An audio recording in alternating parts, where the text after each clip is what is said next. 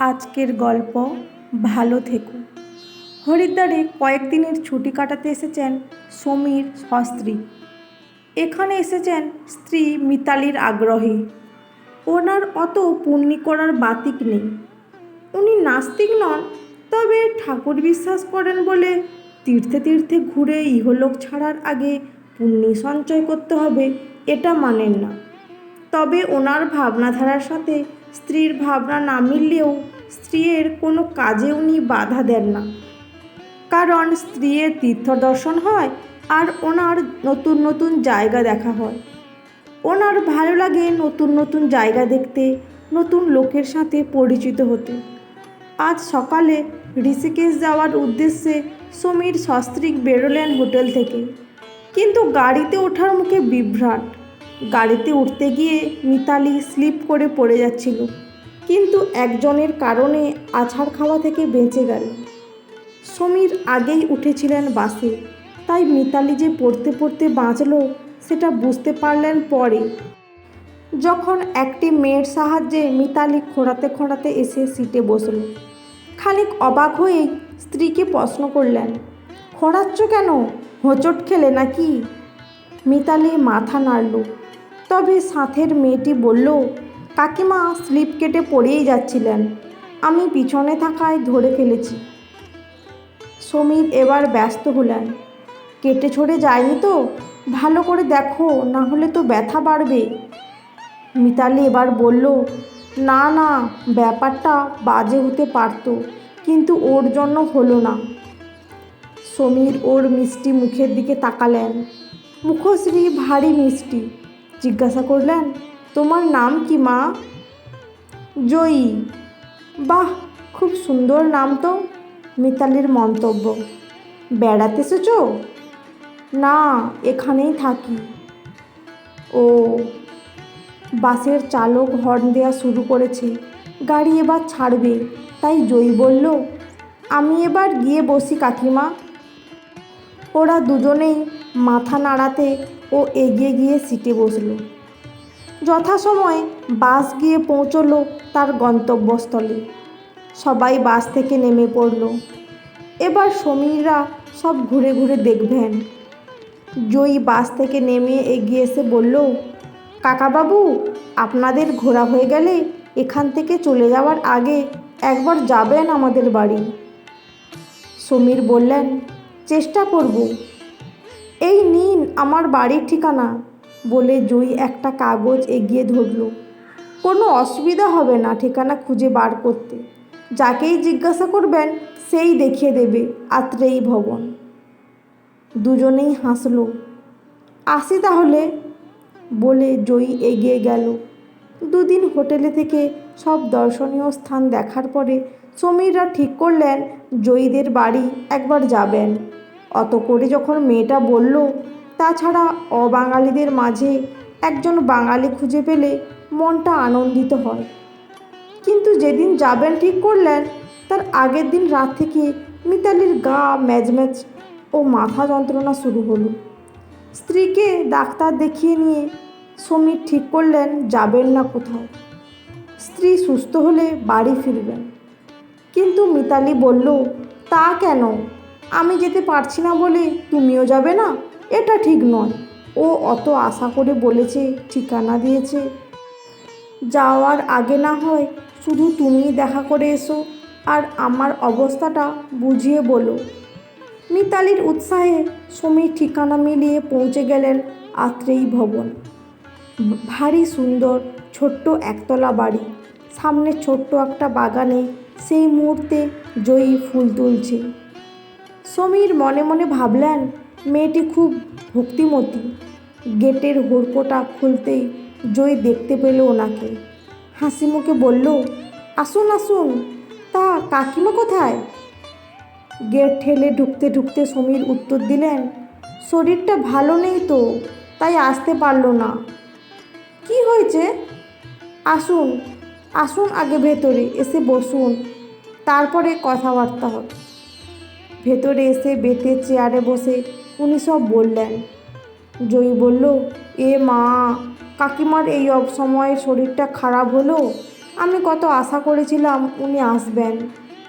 তারপর আওয়াজ উঠিয়ে বাড়ির ভেতরে থাকা কাজের মেয়ের উদ্দেশ্যে বলল, চাঁদনি, চা নিয়ে এসো। তারপর কাকাবাবুর উদ্দেশ্যে বলল, একটু বসুন, আমি এটা রেখে আসছি, বলে ফুলের ঝুড়িটার দিকে ইঙ্গিত করল। সমীর বললেন, হ্যাঁ মা, যাও, পুজো সেরেই এসো, আমি বসেছি। জয়ী হাসল, না কাকাবাবু, ফুলটা আমি পুজো করার জন্য তুলিনি, আজ আমার মায়ের জন্মদিন, তাই মাকে দেব। তোমার মা বাড়িতে আছেন? কই দেখলাম না তো। আলাপ করাবে না? আলাপ করতে চান তো আসুন আসুন, ভেতরে আসুন, মায়ের সাথে আলাপ করিয়ে দেব। জয়ের পেছন পেছন সমীর বাড়ির ভেতরে এলেন। একটা বন্ধ দরজা ঠেলে যে ঘরে ঢুকলে ওরা, সেখানে ঢুকতেই সমীরের দৃষ্টি দেয়ালে আটকে গেল। দেয়াল জুড়ে এক মহিলার প্রতিকৃতি। এক দেখায় সুন্দরী বলা যাবে না, তবে চেহারার যে স্নিগ্ধতা ছড়িয়ে আছে তার কারণে তাকিয়ে থাকতে ইচ্ছে করবে। কিন্তু ভালো করে তাকিয়ে দেখতে গিয়েই সমীরের মনে হলো মহিলাটা ওর খুব চেনা, কতদিনের পরিচিত। ঠিক সেই মুহূর্তে জয়ী বলল, কাকাবাবু, এই আমার মা আত্রেয়ী। তারপর মায়ের সাথে সমীরের পরিচয় করিয়ে দিয়ে বলল, মা, ইনি সেদিনের পরিচিত কাকাবাবু, নাম সমীর দত্তগুপ্ত। নামটা শুনেই সমীরের মন এক লহমায় পিছিয়ে গেল কলেজের দিনগুলির সময়। কলেজের সেই দিনগুলোয় ওর মনটা যেন পাখি হয়ে আকাশে উড়াল দিয়েছিল। চেহারায় সাধারণ হলেও কথাবার্তায় চৌখস ছিল ও, যার কারণে অনেকেই আকর্ষিত হতো ওর দিকে। কলেজের দাদারা ওর এই বাগ্মিমত্তাকে কাজে লাগাতে চাইল, আর সেই কারণে ও ছাত্র রাজনীতিতে নাম লেখালো। এর মাঝে ওর জীবনে বসন্তের ফুল ফুটল আত্রেয়ীকে দেখে। সেও ওই কলেজেরই ছাত্রী, তবে 1 বছরের সিনিয়র। দু একবার কথা হয়েছিল ওই চাঁদা চাইতে গিয়ে। সম্পর্কটা ডানা বাঁধল একটা ঘটনার মাধ্যমে। কলেজে ইলেকশন হবে, তাই নিয়ে 2 দলের প্রচার চলছিল। হঠাৎ কী নিয়ে বিষয়টা আজ আর মনে পড়ে না। 2 দলে প্রথমে বচসা শুরু হলো, তারপরে হাতাহাতি, মারামারি। ওর মাথায় কারো হকি স্টিকের বাড়ি পড়েছিল, ব্যাস, তারপর তো আর কিচ্ছু মনে নেই।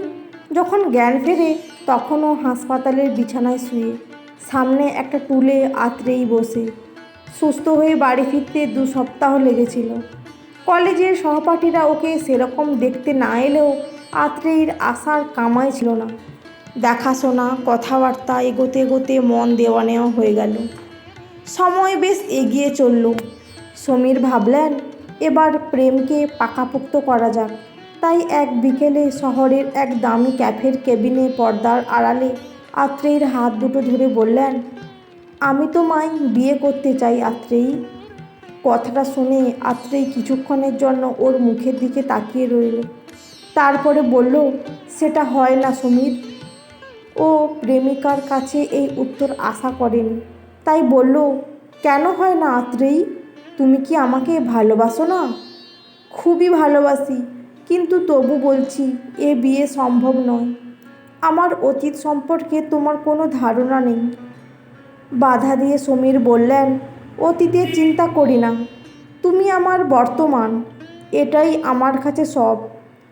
তবু সবটুকু আমি জানাতে চাই, আমি আমার মায়ের সন্তান।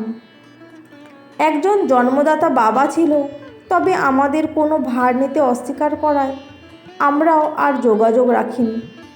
এরকম এক মেয়েকে তোমার বাড়ির লোকেরা পুত্রবধূ করতে রাজি হবেন না, কারণ এরকম পরিবারের চরিত্রের দিকে মানুষের আঙুল তাক করাই থাকে। আমি তোমাকে ভালোবাসি, তাই তোমার ভবিষ্যৎ আমার জন্য নষ্ট হোক এটা চাই না। সমীর আবেগের সাথে বলেছিলেন, না না, আমি কোনো কথা শুনতে রাজি নই প্রিয়তমা আমার। আমি যেটা স্থির করেছি সেটাই করব। তুমি শুধু আমাকে সপ্তাহখানেকের সময় দাও। মাকে সব বলেছি তোমার ব্যাপারে, বাবাকে বলা বাকি। বাবা শহরের বাইরে, তাই। এই সপ্তাহে তিনি ফিরবেন। আত্রেয়ী মৌন ছিল, আর সেটাকে ও সম্মতি ভেবে নিয়েছিল। কিন্তু সপ্তাহ পেরোনোর আগেই ও জানতে পারে আত্রেয়ী তার মাকে নিয়ে কোথায় চলে গেছে। কেউ কোনো খোঁজ দিতে পারেনি। তারপর যা হয় আর কি। আত্রেয়ীকে মনে করে বিয়ে করবে না এই সংকল্প টিকে থাকেনি। বাড়ির লোককে কারণটা বোঝাতে পারেননি। যথারীতি পাত্রী বাছাই পর্ব শেষে মিতালির সাথে বিয়ে। আরে তারপর এতগুলো বছর পার। ছেলে সায়ন কর্মরত, আর মেয়ে শর্মিষ্ঠার বিয়ে হয়েছে এই বছর ঘুরতে চলেছে। জয়ী আত্রেয়ী ছবিতে মালা পরাতে পরাতে বলল, জানেন কাকাবাবু, মা ভালোবাসার কাছ থেকে পালিয়েছিল বলেই হয়তো ভালোবাসাও অভিমান করে মায়ের থেকে দূরে সরে রইল। পড়াশোনা শেষ করলো, ভালো চাকরি পেল, উঁচু পদেও উঠল সময় মতো, কিন্তু সুখ পেল না। সমীর হাঁ করে ছবির দিকে চেয়েছিল। মনে হচ্ছিল আত্রেয়ী কোনো বিশেষ কারণে আজ এত খুশি। হাসি চলকে পড়ছে দুটো চোখ থেকে। এখানে এসেই ওনার আবার আত্রেয়ীর সাথে দেখা হয়ে যাবে তা তিনি আগে কল্পনাও করেননি। কোনো মতে প্রশ্ন করলেন, কবে মারা গেছেন? তাও বছর 10 হতে চলল। তোমার বাবা? মা মারা যাওয়ার পর তিনিও হঠাৎ উধাও হয়ে গেলেন। প্রচুর খোঁজ করেছি, কিন্তু হদিস পাইনি। তুমি জানলে কি করে যে আমি তোমার মাকে? মায়ের আলমারিতে দিদুনের তাকে একটি বাক্স ছিল, তার ভেতরে একটা চিঠি আর একটা ছবি পাই। চিঠিটা আপনার উদ্দেশ্যে, আর ছবি আমার জন্য, আপনাকে চিনে নিতে। মা বোধহয় চায়নি বাবা এটার সন্ধান পাক, তাই দুটোই দিদুনের জিনিসপত্রের তলায় রেখেছিল। চিঠিটা আমি পড়েছি, তাই অফিসে যাওয়া আসার রাস্তায় এখানে আসা সব ভ্রমণার্থীদেরকেই আমি খুব মন দিয়ে দেখি, যদি ছবির সাথে মিলে যায়। 2-1জনকে এর আগেও আসতে বলেছি, কিন্তু তারা আসার পর বুঝতে পারি তাদের সাথে ছবির মিল নেই। চিঠিটা দেখতে পারি? হ্যাঁ, আনছি। জয়ী চিঠিটা নিয়ে এলো। সমীর বসে বসে চিঠিটা পড়ছিল। এবারেরটা ধরলে ও 4র্থবার পড়ছে চিঠি। মোবাইলের যুগে কেউ চিঠি পড়ে না, কিন্তু ওর মনে হচ্ছে আত্রেয়ী ওর সামনে বসেই ওর মনের কথা ওকে বলে চলেছে। ওদিকে জয়ী বলে চলেছে, আপনার ভালোবাসা ছেড়ে মা সংসার করলো ঠিকই, কিন্তু শান্তি পেল না। বা মায়ের ব্যাপারে ভীষণ পজিটিভ ছিল। ভালো যেমন বাসত, তেমনই কিছু শুনতে পেলে মায়ের গায়ে হাত তুলতে দ্বিধা করতো না। এই অদ্ভুত চিঠিতে আবার চোখ রাখল। আত্রেয়ী লিখেছে, সুজন আমার, আশা করি ভালো আছো, সুখে সংসার করো এই কামনা করি। ভেবেছিলাম তোমার থেকে দূরে গিয়ে তোমায় ভুলতে পারবো, কিন্তু পারলাম না। বিয়ে যার সাথে হলো সে আমাকে মানবী নয়, জিনিসপত্রের সাথে তুলনা করত। তাই ওর মতের একটু এদিক ওদিক হলেই সমস্যা গভীর হতো। খুব চেষ্টা করেছিলাম বাধ্য বউ হতে, কিন্তু এই জগৎ ছেড়ে চললাম, তাতে দুঃখ নেই, কিন্তু তোমাকে শেষ দেখা দেখে যেতে পারলাম না, এটাই যা আফসোস রয়ে গেল। তাই মেয়েকে দায়িত্ব দিয়ে যাচ্ছি, তোমার সাথে দেখা হলে একবার যেন তোমায় আমার সামনে নিয়ে আসে। ওর ওপর আমার খুব ভরসা, ও পারবে। ভালো থেকো, ইতি আত্রেয়ী। চিঠিটা শেষ করে সমীর তাকালো ছবির দিকে। আত্রেয়ীর মুখে তৃপ্তির হাসি, ওর আশা পূর্ণ হয়েছে। সমীরও ফিসফিস করে বলল, তুমিও ভালো থেকো। বন্ধুরা, আজকের গল্পটি কেমন লাগলো? যদি ভালো লেগে থাকে অবশ্যই একটি লাইক দিয়ে চ্যানেলটা সাবস্ক্রাইব করে পাশে থাকবেন। অসংখ্য ধন্যবাদ।